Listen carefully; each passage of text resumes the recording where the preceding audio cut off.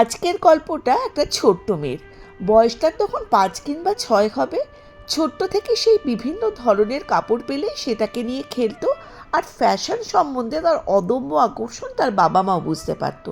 আসলে কাপড় আর ডিজাইনের ভিড়ে সে তৈরি করতে লাগতো তার ছোট্ট পৃথিবী। সময়ের সাথে বড় হতে হতে সে বুঝলো এটা তার শখ নয়, এটা তার প্যাশন।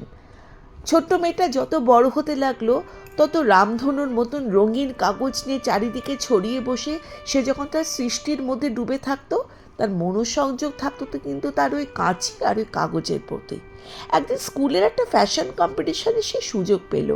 একবারে নির্দ্বিধায় সে কন্টেস্টে নাম দিল। 2 ঘন্টার কন্টেস্ট ছিল সেটা। মন দিয়ে শুরু করলো তার উড়ান। নিখুঁতভাবে কাপড় কেটে সেলাই করতে করতে সময় যাতে পেরিয়ে না যায় সেদিকে খেয়াল রাখতে রাখতে তার প্রত্যেকটা মেশিনের মধ্যে তার ছিল আত্মনির্ভরতা আর বিশ্বাস।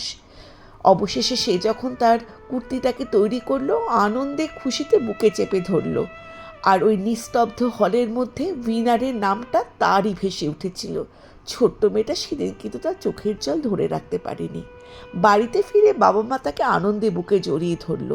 দিনের শেষে সে যখন শুয়ে পড়ল, কে যেন বলল, এই তো তবে তোর শুরু।